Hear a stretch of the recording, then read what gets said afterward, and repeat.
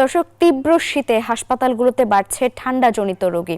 হাসপাতাল থেকে বিস্তারিত জানাতে যুক্ত হচ্ছেন আমাদের সহকর্মীরা। প্রথমে চলে যাচ্ছি বরিশালে, রয়েছেন সহকর্মী সাইফুর রহমান মিরন। মিরন, হাসপাতালে ঠান্ডাজনিত রোগীর সংখ্যা কেমন দেখছেন, চিকিৎসকরা কি বলছেন? ধন্যবাদ। সারা দেশেই যেহেতু মৃদু শৈত্যপ্রবাহ চলছে, 13 জেলা সহ সারা দেশেই কিন্তু কুয়াশার চাদরে ঢাকা রয়েছে। সে কারণে শীতের তীব্রতাও কিন্তু বেশি অনুভূত হচ্ছে এবং আবহাওয়া অফিসও এরকম বলেছে যে আরও কয়েকদিন এরকম অবস্থা থাকবে। তবে এই কারণেই শৈত্যপ্রবাহের কারণে হাসপাতালগুলোতে কিন্তু বাড়ছে শীতজনিত রোগের প্রভাব। এবং আমরা বরিশাল শেরেবাংলা মেডিকেল কলেজ হাসপাতালে কয়েকদিন ধরেই যেমনটা দেখছি যে ঠান্ডা রোগের কারণে অর্থাৎ শিশুরা বেশি আক্রান্ত হচ্ছে। এবং আমরা এই মুহূর্তে আছি হাসপাতালের আউটডোরে, যেখানে বিভিন্ন বয়সের মানুষ কিন্তু এসেছেন, তাদের শিশু সন্তান এবং বয়স্কদের নিয়েও এসেছেন। লাইনে দাঁড়িয়ে তারা টিকিট কেটে দ্রুত চিকিৎসকের পরামর্শ নেওয়ার জন্য, ব্যবস্থাপত্র নেওয়ার জন্য। এবং হাসপাতালে যারা ভর্তি আছে সেখানে আমরা লক্ষ্য করেছি যে প্রত্যেকটি বিছানায়, বিশেষ করে শিশু ওয়ার্ডে, প্রত্যেক বিছানায় 2 জন 3 জন, কোনো ক্ষেত্রে 4 জন শিশু কিন্তু বিছানায় রয়েছে, তাদের চিকিৎসা দেওয়া হচ্ছে। একই অবস্থা মেডিসিন ওয়ার্ডের বয়স্ক চিকিৎসকরা তাদের বিছানা ছাড়িয়ে মেঝেতেও কিন্তু রেখে চিকিৎসা দেওয়া হচ্ছে। চিকিৎসকরা বলছেন যে যেহেতু ঠান্ডার সময় নানান রকম ভাইরাসজনিত রোগে আক্রান্ত হয় শিশু এবং বয়স্করা, সবচেয়ে বেশি শিশুরা আক্রান্ত হয়, তাদের নিউমোনিয়া, সর্দি, কাশি, বমি এবং টাইফয়েডের মতো রোগ দেখা দেয়। এক্ষেত্রে সতর্ক থাকার পরামর্শ দিয়েছেন এবং শিশুদের বাইরে বের না করারও পরামর্শ দিয়েছেন। তারা বলেছেন যে শিশুরা যেহেতু নানান রোগে আক্রান্ত হয়, তাদেরকে এই সময় বিশেষ করে ছোট্ট শিশু যারা 0 থেকে 6 মাসের যে শিশু, তাদেরকে বুকের দুধ খাওয়ানোর পরামর্শ দিয়েছেন, কারণ রোগ প্রতিরোধ ক্ষমতা না থাকার কারণে কিন্তু ভাইরাসজনিত রোগে আক্রান্ত হচ্ছে বেশি বলে মনে করছেন চিকিৎসকরা। এবং দ্রুত যদি আশঙ্কাজনক হয় তাহলে যেন দ্রুত হাসপাতাল অথবা চিকিৎসকের পরামর্শ শরণাপন্ন হন। যদিও হাসপাতালগুলোতে যেভাবে রোগী বেড়েছে তাতে কিন্তু শঙ্কার কারণ থেকে যাচ্ছে, তবে হাসপাতাল কর্তৃপক্ষ বলছে তাদের সব ধরনের প্রস্তুতি রয়েছে এবং চিকিৎসক রয়েছে, তবে ইন্টার্ন চিকিৎসকের সংখ্যা একটু কম রয়েছে বলে জানিয়েছেন হাসপাতালের পরিচালক। এই ছিল বরিশাল থেকে আমার কাছে শেরেবাংলা মেডিকেল কলেজ হাসপাতাল থেকে শীতজনিত রোগের সবশেষ তথ্য। একই তথ্য জানতে যাব রাজশাহীতে, সেখানে আছে সহকর্মী মুর্তজা। তার কাছে জানতে চাইব যে রাজশাহীর শীতজনিত রোগের কি অবস্থা আছে, কেমন দেখছেন, সাধারণ মানুষ কি বলছে? বরিশালের মতো রাজশাহীতেও ঠান্ডা শীতের সঙ্গে পাল্লা দিয়ে বাড়ছে ঠান্ডাজনিত রোগ। রাজশাহী মেডিকেল কলেজ হাসপাতালের সামনে আমরা রয়েছি। এই হাসপাতালে বিশেষ করে শিশু ওয়ার্ডে বেডের চাইতে প্রায় 3 গুণ রোগী কিন্তু ভর্তি থেকে চিকিৎসা নিচ্ছেন। এর পাশাপাশি মেডিসিন ওয়ার্ড এবং হাসপাতালের বার্ন অ্যান্ড প্লাস্টিক সার্জারি ইউনিটেও কিন্তু রোগীর সংখ্যা বেড়েছে। সবচেয়ে বেশি তাপ শিশু ওয়ার্ডগুলোতে। হাসপাতালটির 10 নম্বর শিশু ওয়ার্ডে 40 বেডের জায়গায় প্রায় 3 গুণ রোগী ভর্তি থাকছে। ফলে কিন্তু হাসপাতালের বেডে জায়গা না পেয়ে হাসপাতালের মেঝে এবং খোলা বারান্দায় চিকিৎসা নিতে বাধ্য হচ্ছে রোগী এবং তার স্বজনরা। এর ফলে কিন্তু ঠান্ডা লাগার ঝুঁকি আরও বাড়ছে। আর এর পাশাপাশি মেডিসিন ওয়ার্ডেও তীব্র চাপ সৃষ্টি হচ্ছে।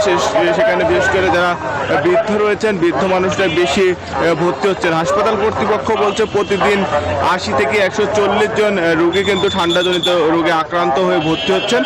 তবে চিকিৎসার পূর্ণাঙ্গ প্রস্তুতি রয়েছে বলে হাসপাতাল কর্তৃপক্ষ জানিয়েছেন। তারা বলছেন যে তারা নার্স এবং ডাক্তারের সংখ্যা বাড়িয়েছেন, পাশাপাশি চিকিৎসা সরঞ্জাম পুরোপুরি প্রস্তুত রয়েছে। আর এর পাশাপাশি বার্ন অ্যান্ড প্লাস্টিক সার্জারি ইউনিটেও আগুনে পুরো রোগীর সংখ্যা বাড়ছে। চিকিৎসকরা বলছেন যে অনেকেই এই শীতের প্রকোপ থেকে বাঁচতে আগুন পোহাতে গিয়ে দগ্ধ হচ্ছেন, তারাও এসে হাসপাতালের বার্ন অ্যান্ড প্লাস্টিক সার্জারি ইউনিটে এসে ভর্তি হচ্ছেন।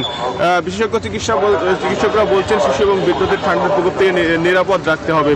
এই ছিল রাজশাহী মেডিকেল কলেজ হাসপাতাল থেকে সর্বশেষ। দিনাজপুর থেকে ঠান্ডার আরও খবর জানাচ্ছেন সহকর্মী পলাশ। আমরা যাচ্ছি পলাশের কাছে।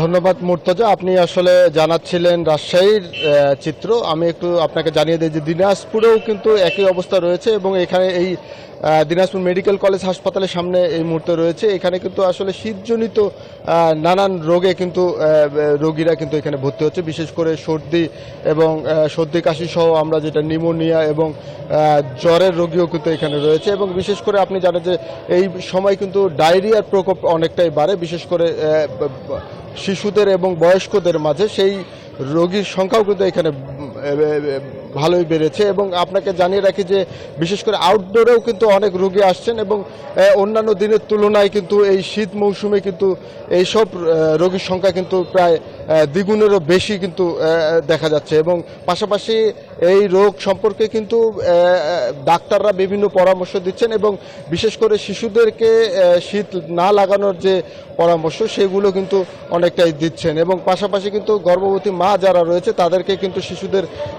ভালো মতো খেয়াল রাখার জন্য কিন্তু তারা বলছেন। বিশেষ করে আপনি জানেন যে এখন কিন্তু ঘন কুয়াশা চলছে এবং পাশাপাশি কিন্তু হিমেল বাতাসে কিন্তু মানুষের চলাচল কিন্তু বেশ ভোগান্তিতেই রয়েছে। এবং আপনি জানেন যে আবহাওয়া অফিস বলছে যে আবহাওয়া কিছুটা তাপমাত্রা বাড়লেও আগামীতে কিন্তু একটি শৈত্যপ্রবাহ রয়েছে, তখন কিন্তু 10 ডিগ্রি সেলসিয়াসের তাপমাত্রা নেমে আসবে বলে কিন্তু এমন তথ্য তারা জানিয়েছে। তো দিনাজপুর থেকে এই ছিল আমার কাছে সর্বশেষ।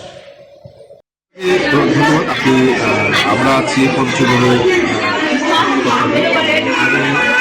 যে চিত্র দেখছি কিন্তু অনেক শিশু এখানে ভর্তি হয়েছে এবং যেটা দেখতে পাচ্ছি যে শিশুরা কিন্তু ডায়রিয়া এবং শ্বাসকষ্ট রোগে আক্রান্ত হচ্ছে এবং এখানে আজকে 53টি শিশু ভর্তি আছে, আমাদেরকে হাসপাতাল কর্তৃপক্ষ জানিয়েছে। শিশুরা কিন্তু ডায়রিয়া এবং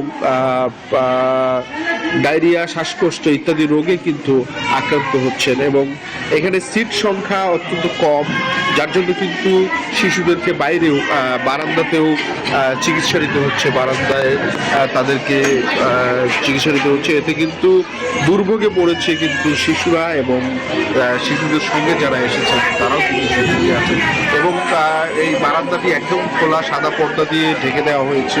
তারপরেও কিন্তু রাতের বেলা প্রচণ্ড বাতাসে কিন্তু এখানেও শীতে কাতর হয়ে পড়ছে কিন্তু এখানকার যারা রোগী আছেন তারা। তো এই ছিল আমার কিছু সর্বশেষ, আমরা ফিরে যাচ্ছি স্টুডিওতে। সরকার হায়দার, ধন্যবাদ আপনাকে।